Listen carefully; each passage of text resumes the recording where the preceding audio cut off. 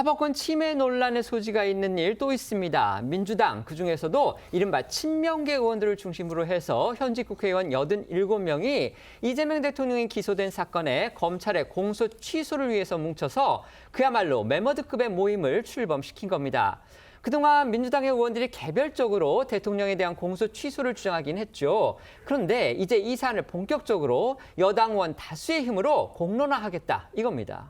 네, 이 대통령 기소 사건 공소 취소 모임에는 민주당 전체 의원 162명 중 절반이 넘는 87명이 참여하고 있는데요.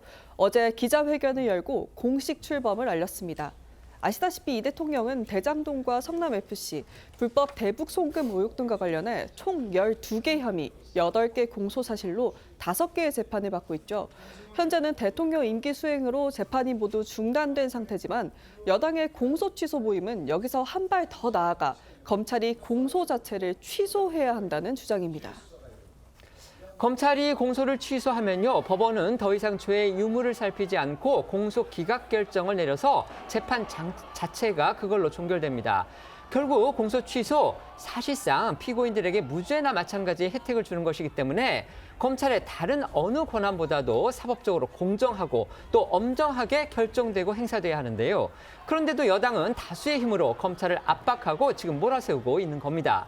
당연히 국민의힘을 중심으로 대통령을 위한 방탄용이다, 이런 비판 쏟아지고 있습니다. 그렇습니다. 이 국민의힘에서는 사실상 이 대통령이 임기를 끝낸 후에도 이 사법 리스크로부터 자유로울 수 있도록 하려는 의도라며 비판했습니다. 입법부 의원들이 행정부, 검찰을 압박하는 건 삼권 분립이라는 헌법 정신에도 안 맞는다고 지적했습니다.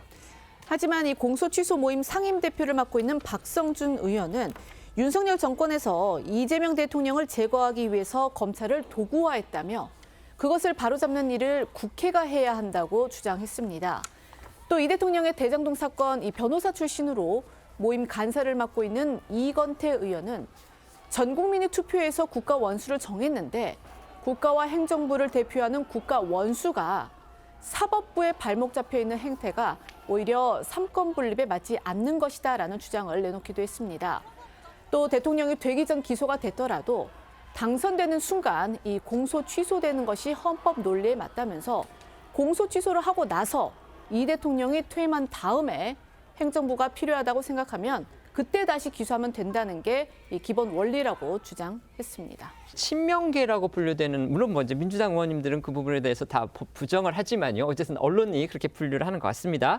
친명계를 중심으로 해서 민주당 의원 87분이 참여를 했습니다. 그러니까 이재명 대통령이 기소된 사건에 대해서 검찰의 공소 취소를 요구하는 그런 건데, 말이 오구지 결국 정권의 어떤 또 여집권당의 대규모 여당 의원들이 이렇게 한 목소리를 내는 거는 검찰에 대한 일종의 압박 아니냐, 이런 또 야당으로부터는 그런 비판 섞인 지적도 나오는 듯합니다. 어떻게 생각하십니까? 뭐 야당이야 뭐 그런 비판 충분히 네. 하실 수 있다고 봅니다만 네. 지금 저희 민주당에서 80분이 넘는 국회의원들이 이재명 대통령에 대한 공소 취소 모임까지 만든 이유는 명백합니다.